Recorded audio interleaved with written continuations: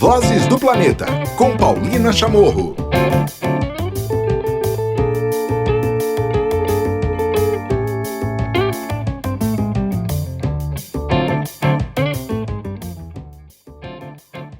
Muito bem. Estamos gravando Vozes do Planeta, edições de 2021, para essa quarta edição.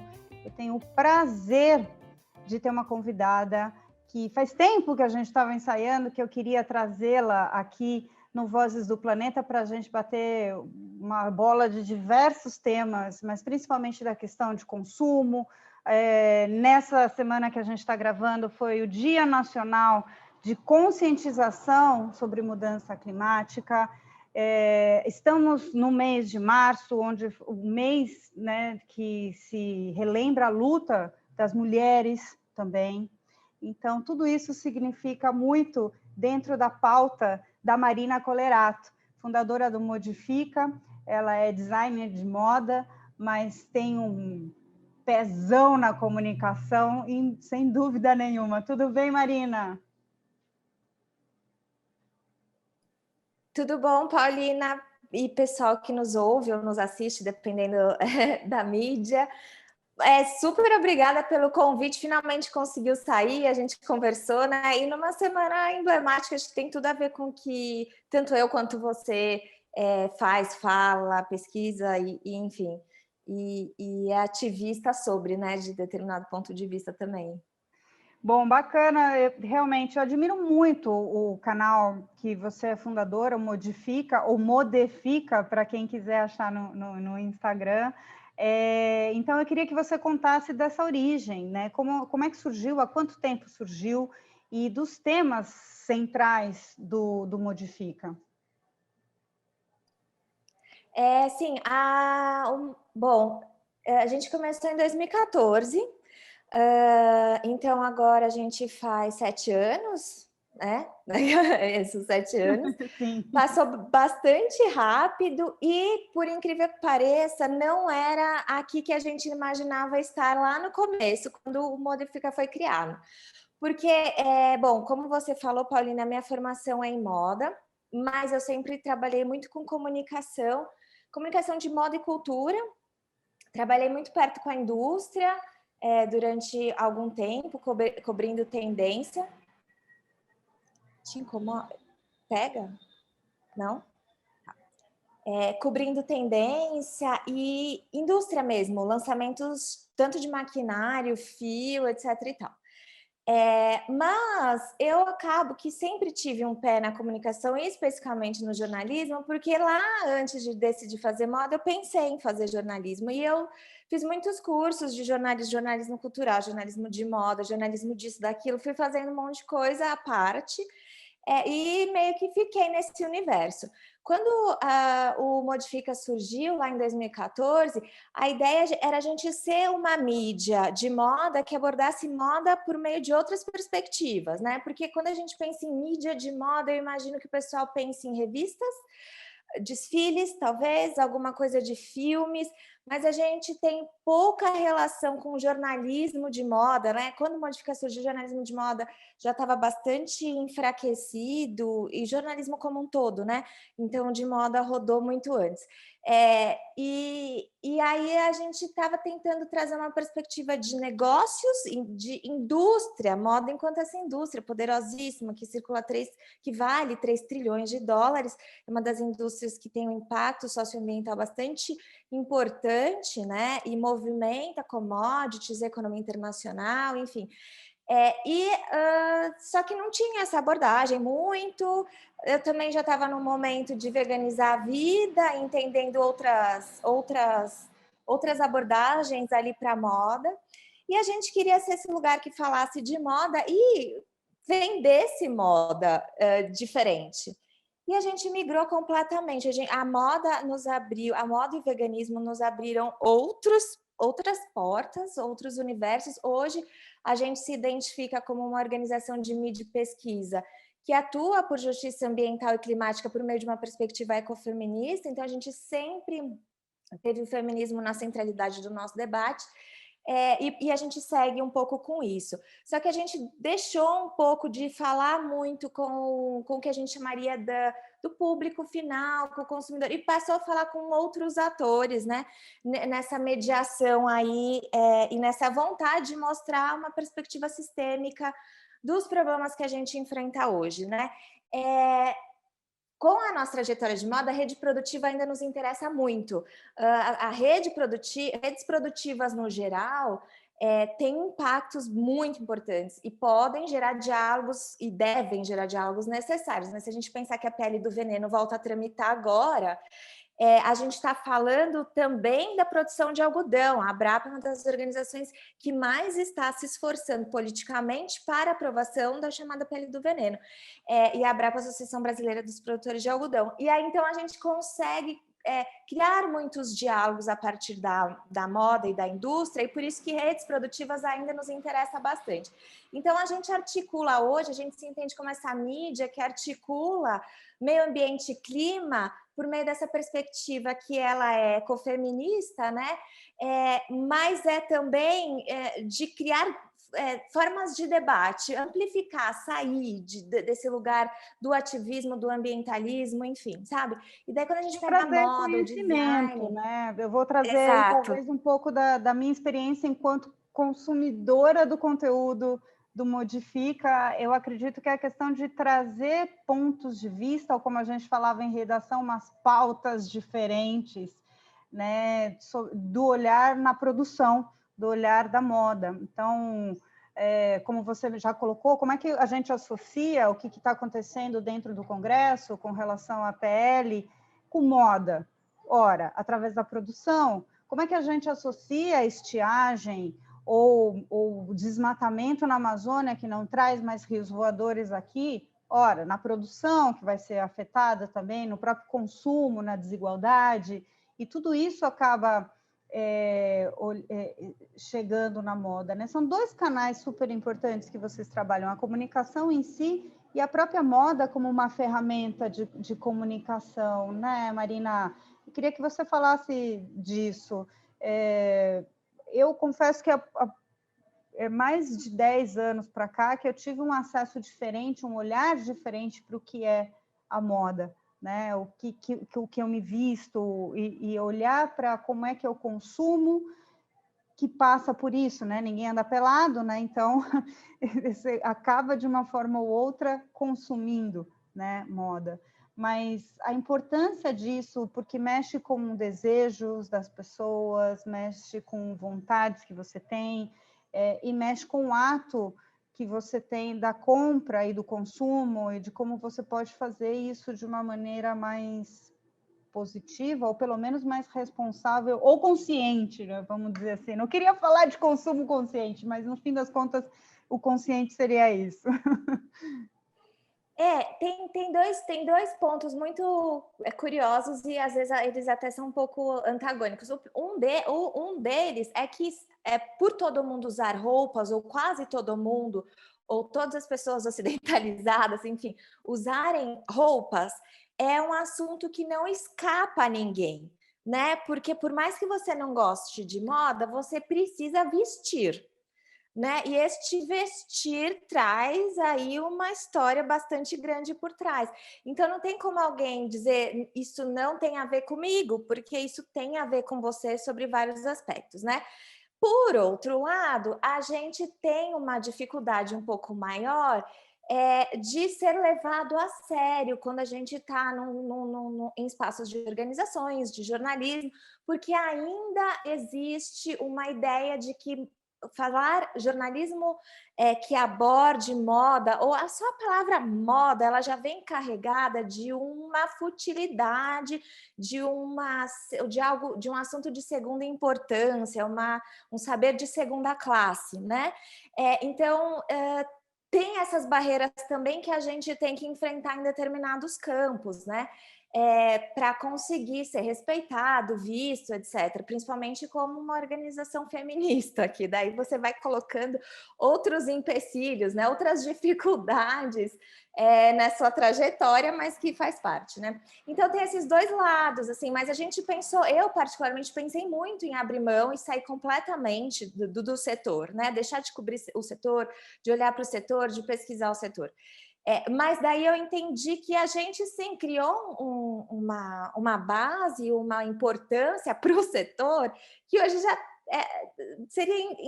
não faria muito sentido abrir mão, ao passo que a gente também tem conquistado respeito em relação à questão da moda ser essa balizadora do debate.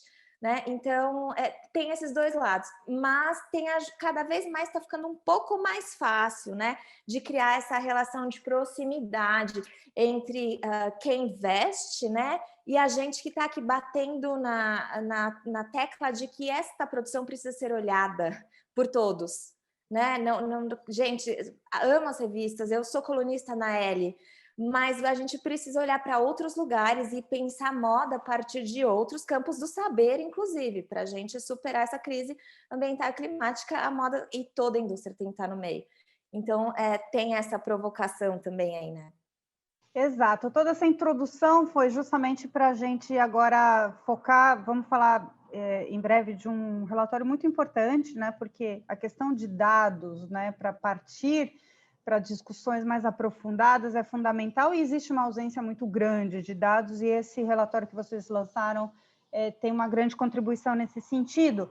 Mas antes eu queria, então, associar com a questão de mudança climática. Dito tudo isso que a Marina colocou agora, então, quando a gente está falando hoje de crise climática, e moda envolve em todo um sistema de produção que não é somente na parte industrializada, mas parte desde o uso do solo, mudança no uso do solo, para no caso de monocultura, contaminação do solo, tratamento de água, desperdício de água, vai para a produção, o que é feito, se produz em excedente, isso vira lixo, que não deveria haver lixo.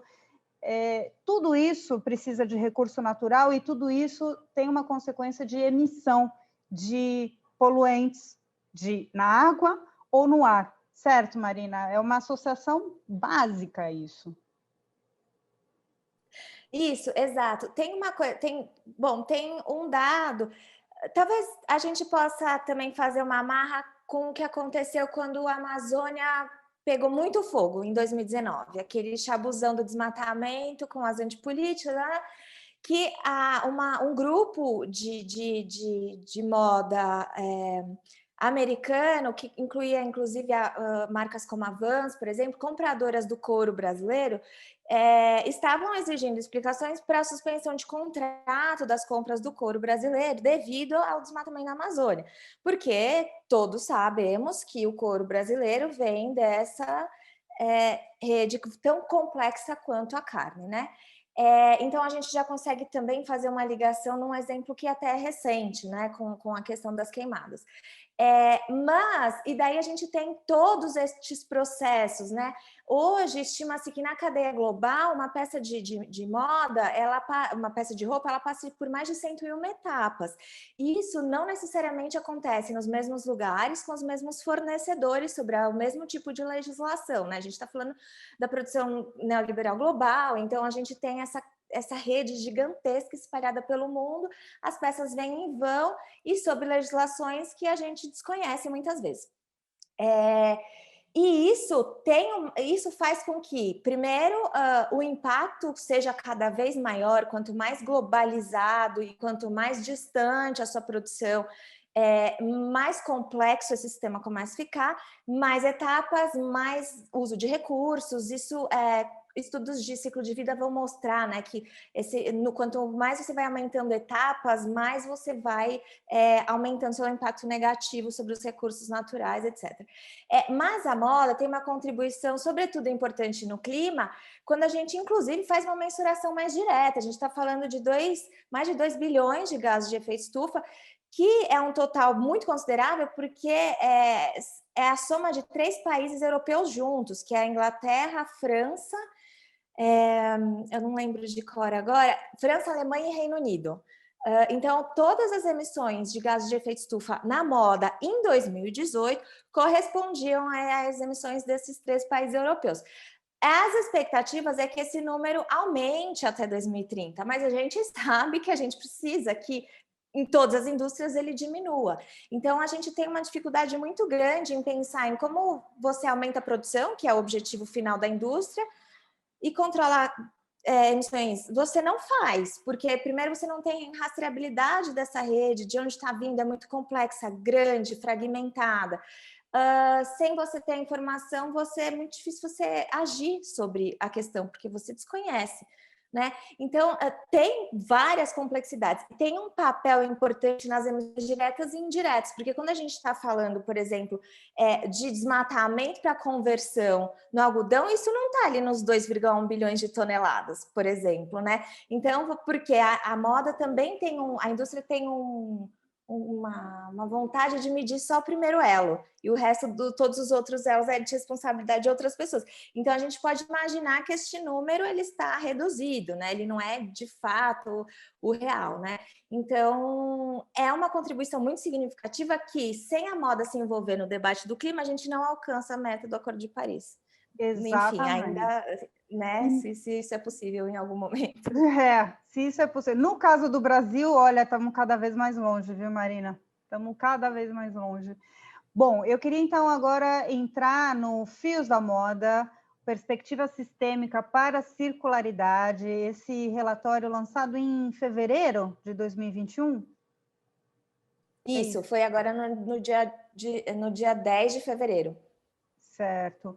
Que é um relatório, como eu falei agora há pouco, muito importante no sentido de começar a trazer luz para dados, começar a tabular dados, né? Começar a ter informação concreta sobre diferentes elos. Então, a gente tem informação sobre agricultura, a gente tem informação sobre resíduos, que esse é um temaço também, né, da moda.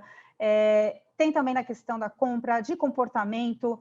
Queria, então, que você trouxesse os destaques do relatório, né, e quanto tempo, né, durou para essa construção, Marina? Sim, o relatório é, de fato, como você falou, Paulina, uma primeira tentativa de sistematização de dados sobre os impactos da indústria têxtil no Brasil, a partir de 3 matérias-primas muito utilizadas no Brasil e no mundo, que é o algodão, que a gente já comentou por aqui, a viscose, cuja principal origem é a polpa de celulose solúvel, que vem da madeira. O Brasil está entre os 10 maiores exportadores de celulose solúvel no mundo. Então, a gente está falando de eucaliptocultura, que é essa monocultura de eucalipto. E a gente fala de poliéster, que tem a origem no petróleo, que de alguma forma também se relaciona com a nossa produção, porque a gente exporta petróleo, não produz poliéster, mas exporta nafta para a produção. Então, a gente percebe que somos um país produtor de commodities para a indústria da moda internacional. Não exportamos roupas, exportamos um pouco de têxtil, mas a nossa grande força é como este grande produtor de commodity. Quando a gente pensa em moda, sustentabilidade, economia circular, a gente tem um repertório europeu e norte-americano sobre essa construção, né? O que é economia circular? As escolas de pensamento da economia circular são europeias. Quando a gente está falando sobre conceitos de sustentabilidade, a gente está falando de um conceito bastante eurocentrado, ocidentalizado, enfim, tem várias questões aí. E a gente, enquanto indústria da moda, opera muito com esses dados que vem de fora, né? Algumas coisas internas, mas muita coisa que vem de fora, porque também o que a gente tem de produção aqui, algumas relevantes, elas são fechadas, né? Alguma fundação ou alguma organização, alguma empresa paga, tem, mas aquilo fica para ela. Não é algo que ela vai compartilhar. Então, a gente queria que essas informações estivessem o mais acessível possível, para a gente entender também quais informações que a gente tinha no cenário Brasil, quais eram os maiores impactos para a gente, né? Na nossa realidade de sul global, latino-americano, produtor de commodities, o que a gente tem que pensar quando a gente pensa em sustentabilidade e economia circular na indústria têxtil? É parecido e há ensinamentos com a Europa e com os Estados Unidos, sem sombra de dúvidas, mas não é igual, né? Então, o relatório, além de ser essa primeira tentativa de sistematização de dados, ele também é uma provocação, em certa medida, para a gente fazer uma sustentabilidade na moda a partir de uma perspectiva do Sul, nossa, de quem a gente é. Né? Então, a gente aprendeu com as escolas de pensamento mais importantes, com destaque para a Ellen MacArthur Foundation e Cradle to Cradle, né? Que são escolas de pensamento da economia circular já bastante robustas, estruturadas, respeitadas, enfim. Mas a gente trouxe a questão com muito mais força do impacto social. Não adianta uma economia circular que exclui pessoas, né? Que não entende que a vida também precisa ser regenerada e restaurada o tempo inteiro, né? Então, essas são as duas grandes contribuições, né? Trazer as primeiras sistematizações e provocar o setor a produzir mais informações, e, por um outro lado, fazer um convite a essa decolonialidade, aí desse nosso processo de entendimento de circularidade, de sustentabilidade, de outras modas, outros mundos, né? Outros diálogos e outras conversas. Isso, né? Cada vez mais reforçar. A gente teve um grande episódio, muito acessado, para minha surpresa, ainda bem, chamado O que é Economia Circular? Simples assim. O que é economia circular, mas quem veio contar essa história foi a Luísa Santiago, que é diretora aqui na América Latina da Ellen MacArthur Foundation, contando a partir, né, de como a Ellen, né, essa velejadora, começou a criar tudo isso, né? E é um ponto que a gente reforçou muito, foi o greenwashing, né, que já vem sendo usado por muitas empresas, falando, economia circular, e bota lá um negócio fazendo reciclagem, né, então a gente marcou muito a diferença, o que não é reciclagem, mas você tocou desse ponto, que seja regenerativo, e eu gosto sempre quando a gente tem a oportunidade de reforçar os conceitos de economia circular, que seja regenerativo, e no caso da moda, uma questão importante é um outro ponto da economia circular, que seja durável, ou seja, a produção de produtos que tenham o seu maior número de vida, de utilidade, certo? A gente, no Brasil, como é que, a partir desses dados que vocês têm, como é que estamos nesse sentido, nessa busca de circularidade, Marina? Então, a gente percebeu uma extrema dificuldade em encontrar dados, não só aqui, mas também no mundo, porque o que acontece é que, explicando rapidamente, o pessoal que já falou sobre vocês já falaram sobre economia circular, a gente tem um conceito que, às vezes, eles são opostos, mas às vezes eles se convergem, que é a análise de ciclo de vida, né? No relatório, a gente trabalhou com a análise de ciclo de vida para entender potencial de circularidade. Porque hoje a circularidade ainda não tem muito bem definido, escrito em pedra, por exemplo, como é que você mede, né? É melhor mandar para aterro, é melhor queimar, é melhor voltar para o ciclo, o que é melhor fazer com esse produto? Eu não sei, eu só vou saber se eu conseguir mensurar os impactos, né, em toda a cadeia para ver onde eu posso diminuir. E daí, é melhor comprar um algodão que foi produzido no Brasil, é melhor comprar um algodão que foi produzido em outro lugar sem agrotóxico. Você consegue fazer uma mensuração com essa análise de ciclo de vida.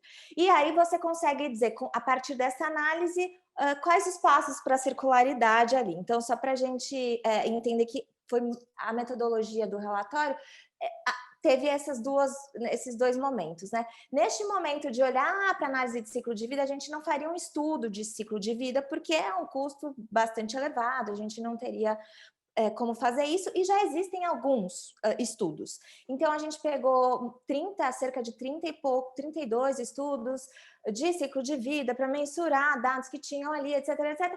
A gente descobriu que há uma escassez na produção desses dados, porque aí a análise de ciclo de vida tende a olhar muito para dois campos, ou uso de água ou emissões de CO2. Mas você tem uma série de outras questões que você precisa olhar para mensuração de impacto, né? E a gente percebeu, então, uma sistemática falta de interesse, talvez, tanto do campo da pesquisa quanto do campo da indústria, em produzir dados. em olhar para dados, em entender esses dados, em considerar esta rede uma rede importante. Por outro lado, a gente também sabe que uma produção global dificulta demais uma análise de ciclo de vida, porque isso significa que você vai ter que ficar viajando e conversando com diferentes pessoas para conseguir ter esses dados, né? Por que a gente tem mais pesquisas do algodão? Porque no Brasil a gente tem uma rede produtiva estabelecida do algodão, que vai da produção da fibra à peça pronta na loja. E aí você tem muito mais facilidade. E claro que você precisa desses dados para entrar no mercado de commodities internacional e provar sua sustentabilidade. Também tem essa outra questão. Quando a gente olha para o poliéster, que vai como nafta, você tem menos estudos ainda. E quando você olha para o Brasil, a gente tinha 1 ou 2, eu não fui a responsável por esta parte, mas eu me lembro que era pouquíssima, a gente tinha 1 ou 2 estudos só. Quando a gente chegou na viscose, que tem origem na eucaliptocultura, a gente tem 0 estudos. Então, o que acontece é que a gente está falando sobre sustentabilidade e economia circular enquanto indústria têxtil e da moda, mas está produzindo muito pouca informação para embasar o nosso discurso e as nossas ações. Isso foi uma coisa que foi muito perceptível. E quando a gente produz, a gente dificulta o acesso, porque a gente quer ter uma solução nossa, né? Uma vantagem competitiva de mercado. Então, é muito desafiador, porque você não tem que só mudar a lógica produtiva. Antes de tudo, você tem que mudar a lógica de mentalidade. Isso é muito difícil. De uma indústria que, historicamente, é ególatra e egóica. É bastante que mexe com imagem. A imagem da minha empresa é muito sobre isso. Então, tem muito essa dificuldade. E a gente entra com a provocação de que precisamos de mais dados. Não precisa ser a gente que vai produzir. Tem muita gente que pode produzir. E tem outros saberes que precisam começar a levar a moda a sério, né? Porque senão a gente vai ficar para trás, né? Nesse debate. E é muito importante a gente saber que o que a gente produz em Brasil, consome em Brasil. Então, as 9 bilhões de peças que a gente produz anualmente são consumidas e produzidas aqui. A gente tem uma importação ainda pouco significativa, principalmente por causa do dólar a 6, 7 reais. Não vale a pena, né? A gente produz e consome para si próprio. Então, o nosso problema, ele é global, mas, de certa forma, ele tem muita coisa que pode ser resolvida aqui. Ótimo, ótimas informações. 9 bilhões de peças por ano. Caraca! Bom, dá mais ou menos 42 peças por habitante, e a gente sabe que esse consumo é desproporcional. É muito. Algumas pessoas consomem 500 e outras consomem 0. Uau!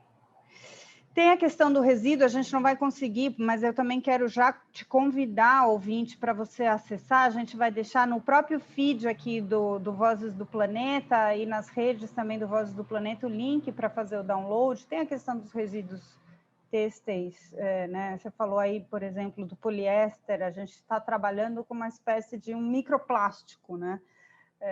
Que é um tema que eu sou a louca do plástico, né? Você sabe, Marina, eu vejo plástico para tudo quanto é lado. E você viu que saiu um estudo recente falando da dificuldade que a inalação dos microplásticos causa para recuperar o pulmão e como isso atrapalha as pessoas a se recuperarem da Covid?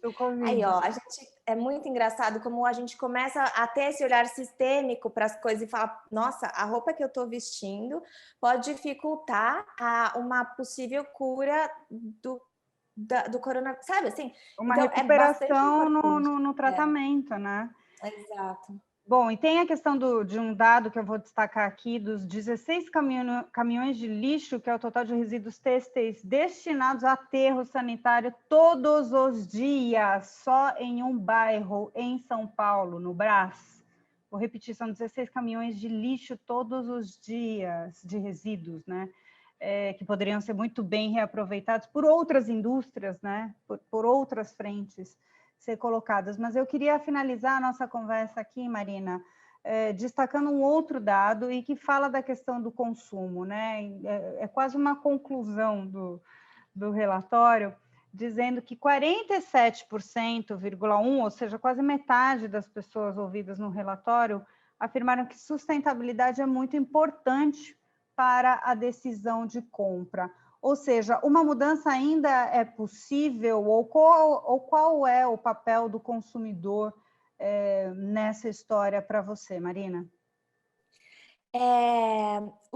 Hoje mesmo a gente estava falando dessa pesquisa, né? Porque muito pesquisas de comportamento para sustentabilidade, a gente tem que sempre considerar que elas são muito mais intencionais, as respostas são mais intencionais do que práticas, porque quando a pessoa chega na hora da compra, há uma série de fatores que vão gerar ruídos. Por exemplo, é sustentável mesmo? Eu sei o que é sustentável, eu não sei. É verde, eu sei o que está escrito na etiqueta, eu não sei. Mas eu quero essa peça, o desejo, as informações, né? Então a gente sabe. Mas a intenção nos mostra que a partir do momento que essa pessoa está mais instrumentalizada, ela de fato vai fazer decisões orientadas para as crenças delas. Porque também, eu acho que a gente eu sei que teve muita coisa negativa com a questão das queimadas, mas teve um momento de dar um estalo e Uma perceber que as coisas vêm de algum sensibilização, né? lugar. Exato, uma sensibilização e uma certa... Me relaciono com isso, né? Então, o papel da pessoa, enquanto nessa posição de que pode comprar ou deixar de comprar, eu sempre falo que é importante para movimentar, né? Mas nunca é importante. As pessoas normalmente, eu compro ou deixo de comprar. Isso é legal, porque seu dinheiro está indo para onde você está querendo que ele vá. Porém, mais do que comprar, deixar de comprar, é aquele momento de se engajar com a pauta de alguma forma.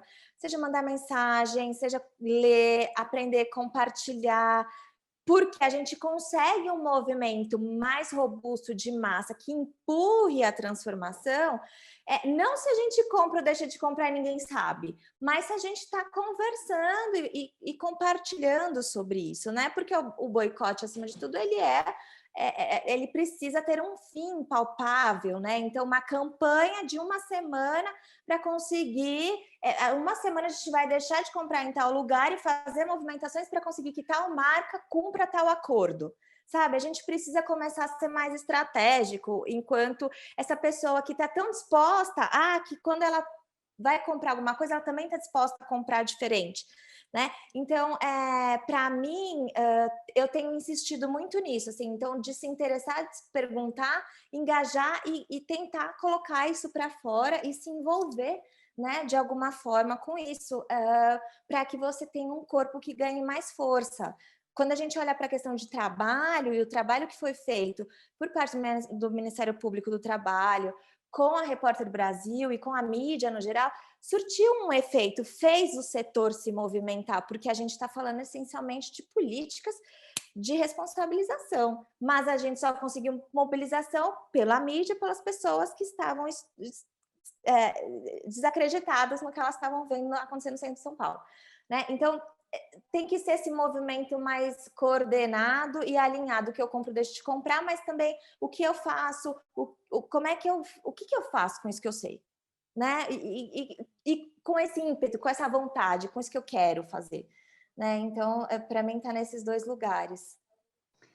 Muito bacana, obrigada, Marina. Queria agradecer imensamente essa conversa. Mais uma vez, eu estou colocando, a gente vai colocar nas redes do Vozes do Planeta e no próprio feed deste episódio o link para vocês acessarem o Fios da Moda, esse relatório lançado em fevereiro de 2021 pelo Modifica ou Modifica. Recomendo muito vocês seguirem também pelas redes sociais, porque, como eu disse na abertura, é um lugar, é um espaço onde você encontra temas sobre crise climática, sobre feminismo, sobre produção, mas sempre com um olhar diferente, uma pauta diferente, e principalmente muito analítica, que eu acho fantástico, que a gente está precisando também muito de pegada, né? Marina, foi um enorme prazer te receber aqui no Vozes do Planeta. Muito obrigada.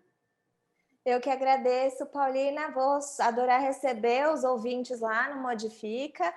Aproveita, a gente está com uma bolsa de reportagens abertas para cobrir clima e gênero na Amazônia. Então, é isso que a Paulina falou, assim, se você está aí nessa toada de ver as relações e levar isso para longe, o Modifica com certeza é um lugar. Muito obrigada, Paulina, a gente fica em contato sempre, né, se fortalecendo, porque também do lado de cada tela, às vezes é difícil, né? É isso aí. Vocês contam com Vozes do Planeta, eu conto com Modifica e a gente se fortalece para replicar essa mensagem, como você bem falou no finalzinho da conversa, o que a gente precisa é ir cada vez mais além na mensagem. Foi um enorme prazer. Sim. Obrigada. Obrigada, Paulina. Vozes do Planeta, com Paulina Chamorro.